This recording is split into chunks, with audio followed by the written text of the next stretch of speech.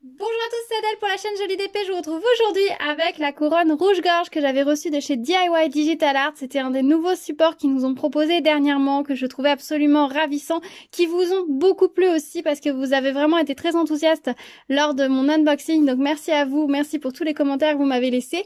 Je vous remets le lien de l'unboxing si vous ne l'avez pas vu. Je vous y présente notamment 3 très jolies couronnes, donc n'hésitez pas à aller y jeter un œil. Dans les commentaires, vous m'avez énormément parlé de celle-ci, celle avec le rouge-gorge. Ça tombait bien, c'est celle que j'avais commencé. Donc ce week-end, je n'étais pas là, donc je suis partie quelques jours. Et du coup, j'avais glissé, comme je vous l'avais dit dans l'unboxing, cette couronne dans ma valise. Et c'était une très bonne idée, le support étant résistant, en la laissant juste dans le petit papier bulle et dans son carton. Ça ne s'est pas du tout abîmé, c'était pratique à faire, c'est pas trop volumineux. J'ai pu travailler sur une table. N'importe quelle table pouvait convenir, c'était parfait, c'est vraiment un support idéal pour emmener par exemple en déplacement. Il y a beaucoup à diamanter dessus, donc en plus ça occupe plutôt pas mal, ça se glisse facilement. Dans une valise, il n'y a pas besoin de trop se prendre la tête, faut que je fasse attention de pas trop l'abîmer. Une fois dans son carton, ça ne craint rien, donc c'était absolument parfait. Donc j'ai déjà pas mal avancé, hein. Comme vous voyez, j'ai fait toute cette partie-là. Donc c'est très agréable à faire. Je vous montre d'un peu plus près, vous voyez mieux les couleurs, parce que là, le soleil se cache un petit peu, donc du coup, la luminosité est un petit peu moins bonne, je suis désolée. Donc voilà ce que ça donne déjà. J'ai gardé le petit oiseau à faire avec vous, bien évidemment, et puis on fera aussi quelques fleurs autour ensemble. Au niveau de la qualité, donc là le support plexi c'est absolument parfait, ça ne bouge pas, c'est bien plat, c'est très agréable à travailler. L'impression des symboles est vraiment nickel, hein, comme vous pouvez le voir, c'est vraiment un plaisir. Les petits ronds sont un peu plus petits que les diamants, ce qui permet de pouvoir les poser très facilement. Et même si vous n'êtes pas très habile ou si vous voulez la faire faire à quelqu'un qui commence le diamond painting, ou un enfant par exemple, et ben même si le diamant n'est pas tout à fait centré sur le petit rond, et ben ça marche puisque les diamants ne se touchent pas. Donc du moment qu'il couvre un petit peu le symbole, ce sera joli, donc c'est parfait, ça c'est très agréable à faire. Ça laisse beaucoup plus de possibilités, c'est un petit peu moins précis, mais le résultat est vraiment oufissime, donc c'est parfait. J'aime beaucoup quand des supports comme ça, un petit peu sympas, sont imprimés de cette façon-là, ça laisse beaucoup de possibilités et ça agrandit le public concerné, donc ça je trouve ça très chouette. Et au niveau de la colle, elle colle vraiment très bien. Il n'y a pas de souci, si vous posez mal un diamant, vous pouvez légèrement le décaler avec le stylet. Faites juste attention, si vous décalez avec le stylet, de ne pas gratter la partie imprimée avec la pointe métallique du stylet. Il y a un endroit, je l'ai fait et j'ai pas fait attention, mais du coup ça enlève un tout petit peu, je crois ici. Ça enlève un tout petit peu le motif du fond. Donc il faut faire attention de ne pas gratter avec la pointe du stylet dans le motif imprimé parce que vous pourriez le rayer tout simplement. Voilà, bah écoutez, je suis très contente déjà de ce début de couronne, donc je vais la continuer, on va en faire une partie ensemble et je vous retrouve juste après pour mon avis final dessus. À tout de suite!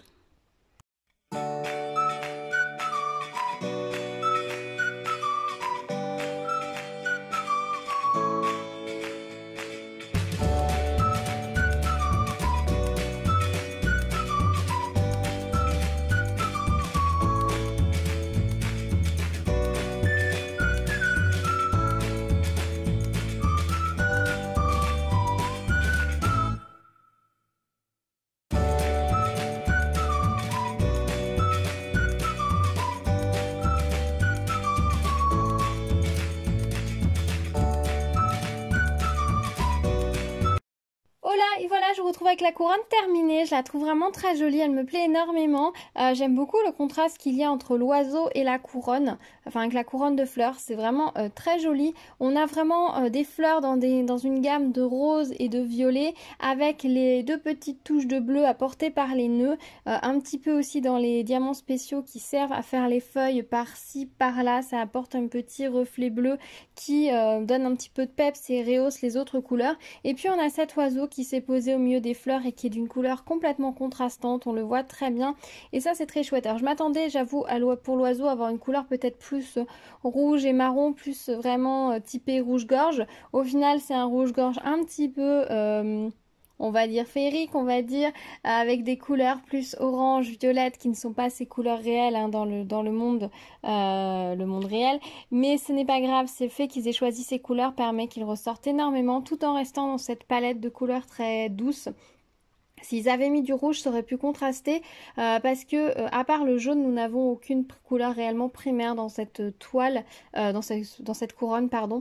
Le bleu est un bleu très clair, donc ce n'est pas une couleur primaire. Si on avait eu du rouge, ça aurait fait une couleur primaire supplémentaire et ça aurait à mon avis cassé l'harmonie des couleurs de cette couronne, de cette composition. Donc le fait qu'il soit resté finalement avec ces couleurs secondaires, ça fonctionne très bien. On a juste le jaune finalement qui est une couleur primaire et encore celui-ci est légèrement plus clair que le jaune primaire qui du coup fait un petit peu écho au vert très clair. Du coup, ils se font très très bien dans l'ensemble. Ça marche très bien. Je trouve ça vraiment très joli. Au niveau des fleurs, je les trouve vraiment superbes. Je vais vous approcher la couronne. Regardez la rose comme elle est belle. On a les très jolis crocus. On a plein de petites fleurs comme ça éparpillées en diamants spéciaux sur un fond violet qui je pense représente un petit peu du lilas. Enfin ça me fait penser à ça, hein, comme si c'était une grosse grappe de lilas et qu'on voit que certaines fleurs plus sur la grappe et que les autres sont juste en fond. Donc là à nouveau des crocus. On a des petites fleurs qui font vraiment penser à des fleurs de cerisier. Ici on a vraiment l'impression que le rouge-gorge est posé dans des fleurs de cerisier. On a les deux petits nœuds là qui apportent une petite touche de peps à l'ensemble. Le bleu va lier un petit peu plus les couleurs. On a aussi des reflets bleus dans les diamants spéciaux qui servent à faire les petits branchages un petit peu tout le tour de la couronne. Donc du coup ça marche très très bien. Je trouve ça très joli. À diamanter, c'était un vrai plaisir. Vraiment, je me suis éclatée. C'est très très agréable à faire. J'ai utilisé le toolkit qui était fourni. J'avoue, j'ai un peu galéré avec la colle. Je trouve qu'elle prenait pas très très bien les diamants. Je galérais un petit peu. Elle s'écrasait autour du diamant, mais elle permettait pas de les coller super bien. Je pense qu'elle était peut-être un petit peu sèche. Alors peut-être qu'elle n'a pas aimé le transport ou je ne sais pas. Du coup, j'ai pris un autre pain de colle. Enfin, j'ai quand même pas mal persévéré, hein, vu que quand je suis partie, j'avais que celle-ci. J'ai utilisé celle-ci. Mais j'avoue, quand je suis revenue à la maison et que j'ai terminé la dernière partie que je vous ai filmée, clairement j'ai utilisé un autre pain de colle parce que ça m'agaçait un petit peu celle-ci, mais sinon il fonctionne quand même pas mal hein. Si vous n'avez rien d'autre pour débuter, vous pouvez utiliser le kit sans souci, mais c'est vrai que ça fait pas partie des colles qui sont les plus agréables à utiliser. C'est des cires qui sont les plus agréables à utiliser. La colle collait très bien, les symboles, je vous l'ai dit en première partie de vidéo, étaient très clairs, donc ça c'est très chouette. Les diamants étaient très très beaux, hein. Vous voyez la couronne elle brille très bien. Ce sont de très beaux diamants avec pas mal de facettes. Alors comme ça, évidemment, ils vont pas briller énormément parce que ce sont des couleurs foncées. Voilà, vous voyez dans le violine comment ça brille bien. Les couleurs claires brillent généralement moins à la caméra, mais elles brillent vraiment énormément en vrai. Les couleurs plus foncées, le vert foncé également brille plutôt bien. Donc à la caméra, donc vous voyez, les diamants sont très très beaux, d'une belle épaisseur.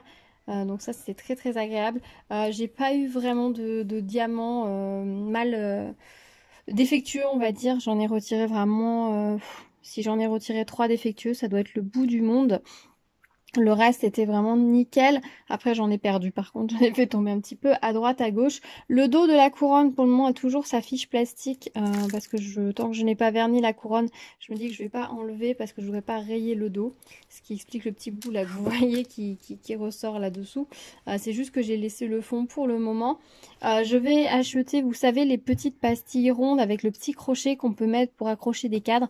Je vais acheter ça et puis je le mettrai derrière les couronnes pour pouvoir les suspendre. Je pense que ça fonctionnera pas mal, à moins que je mette juste une ficelle là fine, un petit fil de pêche à travers. Je pourrais faire ça, peut-être juste un petit fil de pêche à travers avec pour les accrocher à un clou. Si je les mets derrière, si je mets le petit truc derrière, elles vont être légèrement en pente. C'est vrai qu'elles vont être légèrement en pente puisqu'il y aura le volume du clou à l'arrière. Par contre, à moins que je mette de façon à ce que la petite pointe dépasse, mais c'est pas forcément évident pour bien équilibrer. Faut bien faire attention comment on le colle, parce qu'après, par contre, voilà, il y aura aucune rectification possible. Mais je me dis que sinon, si je fasse un petit fil de pêche ici, que je fasse une petite boucle au-dessus pour le suspendre à un clou, je serais peut-être plus plaqué au mur et ça pourrait être pas mal. Sachant que je peux faire en sorte que le clou soit vraiment discret ou alors beaucoup plus haut, peu importe. Je vais peut-être utiliser le fil de pêche. Ça pourrait être pas mal et comme ça, je le passerai à travers. Et vu qu'il sera transparent, il ne se verra pour ainsi dire pas, surtout si je la mets en hauteur, ça peut être pas mal et ça m'évite d'acheter autre chose. Ceux du fil de pêche, j'en ai à la maison. Bon, bah, il y a des fois, quand je tourne les vidéos, j'ai des idées qui viennent en cours de route, donc bah, je pense que je vais essayer ça. Si ça ne fonctionne pas, j'achèterai les petits crochets, je vous dirai à la limite dans une prochaine vidéo, du coup, comment je les ai accrochés. Au niveau des diamants, j'ai pas mal de restes. Alors, dans certaines couleurs plus que d'autres. Dans ce rose qui était un peu la couleur dominante, j'en ai pas mal, puisque c'était vraiment celle de la base des fleurs. Je vais décaler un petit peu la couronne pour vous mettre les diamants à côté. Les autres roses sont en quantité beaucoup plus réduite. Les violets, ils étaient magnifiques. On a 3 sortes de violets sur cette couronne. Regardez comme ils sont beaux. C'est vraiment des très très belles couleurs. J'adore ce violet-là. Là. Le violine, bien évidemment. Après, au niveau des autres couleurs, le jaune, l'orange, le vert foncé. Ah, vous voyez pas le jaune en fait, je vous l'ai mis hors caméra. Hop. Voilà, le vert foncé, les deux bleus. Alors les deux bleus, il n'y en a pas énormément, il n'en reste pas énormément, mais bon, ils n'ont servi que pour faire les nœuds, il n'y en avait pas besoin de beaucoup. Et au niveau des strass spéciaux, alors on avait ces deux là qui permettaient de faire les petites fleurs. Donc il me reste beaucoup de petites navettes comme ça, rose plate. Celle-ci, je commence à en avoir pas mal aussi des vertes. On avait ensuite celle-là pour faire les petites feuilles, donc des longues bleues. Ils ont été assez généreux, on en a 5 de rame. Et les petites navettes comme ça, vertes irisées, très très belles. Voilà, voilà pour ce qui reste de diamants. Donc je trouve que la quantité est raisonnable pour la couronne. Il n'y a pas trop, mais il n'y a pas non plus un manque. Du coup, c'est vrai que si, comme moi, vous la faites en l'emmenant en voyage, eh ben, vous n'allez pas manquer pour autant de diamants. Si vous êtes un peu maladroit, que vous en faites tomber, il y a ce qu'il faut. Donc, ça permet d'être un petit peu confortable. Parce que c'est vrai, quand on se déplace ou qu'on voyage avec quelque chose à faire comme ça, bah, c'est facile d'en mettre à côté et d'en faire tomber. Donc là, il n'y a pas de souci. Il y a ce qu'il faut, voilà, même si, voilà, je vous disais, vous faites faire à un enfant, normalement, même s'il fait tomber quelques diamants, vous aurez assez pour terminer. Voilà, bah écoutez, je pense que je vous ai tout dit sur cette couronne. Là, je la trouve très très jolie. Vous allez très prochainement voir les autres parce qu'elles sont également réalisées. J'avoue que j'ai pas mal avancé moi sur 2 couronnes et ma maman a commencé la 3e. Elle en a fait un petit peu pour découvrir. Elle avait jamais fait de diamond painting, donc elle a découvert un petit peu avec une des couronnes puisque je les avais emmenées. Elle a trouvé ça assez agréable à faire. Alors clairement, de ses dires, elle ne ferait pas ça particulièrement, mais une fois de temps en temps, pourquoi pas, elle vient à la maison à la fin du mois, c'est pas impossible que elle en profite pour coller quelques diamants également, parce que elle trouve ça assez agréable, peut-être, ou pas, on verra. Mais elle avait trouvé ça assez agréable à faire comme ça, comme activité ponctuelle, et elle se dit que pourquoi pas un jour, si elle voit quelque chose qui lui plaît, une petite toile, un petit kit, un mandala par exemple en ce moment, elle a pas mal de mandalas chez elle en décoration que je lui ai fait, que je lui ai offert, et elle se dit que oui, pourquoi pas réaliser un objet comme ça, juste pour s'en servir. Elle apprécie beaucoup la petite boîte que je lui ai offert avec la petite boîte à crayons. Bah, elle s'en sert pas comme boîte à crayons, elle a rangé autre chose dedans, mais elle s'en sert presque tous les jours. Et elle trouve que c'est des jolis objets à utiliser au quotidien, donc c'est vrai que même quelqu'un qui n'est pas mordu fou de diamond painting peut vraiment apprécier un petit moment comme ça pour faire un joli objet à insérer dans son quotidien, donc ça c'est plutôt chouette. Voilà, c'était une belle expérience d'en faire un petit bout avec maman. Voilà, et moi j'ai pas mal avancé sur cette couronne quand j'étais avec elle et c'était vraiment très sympa.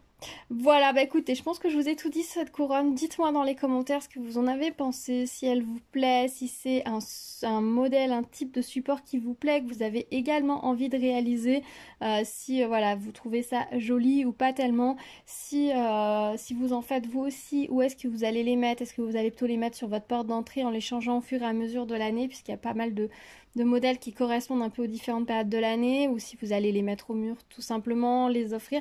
Dites-moi, je serais curieuse de savoir voilà, quelle utilité vous pouvez en faire. Comment vous, est-ce que vous pensez les accrocher si vous souhaitez en faire, comment vous souhaitez les accrocher, pensez quel système vous avez pensé pour le faire. Je serais curieuse, ça peut nous donner des idées, donc n'hésitez pas à nous dire dans les commentaires. Voilà, voilà. Merci d'avoir regardé cette vidéo. Si vous arrivez sur ma chaîne, bienvenue à vous. N'hésitez pas à vous abonner, activer la cloche pour être au courant des prochaines vidéos. Pas mal de choses en préparation comme toujours, donc restez à l'écoute. Je vous dis à très vite. En attendant, prenez soin de vous. À bientôt. Tchou tchou.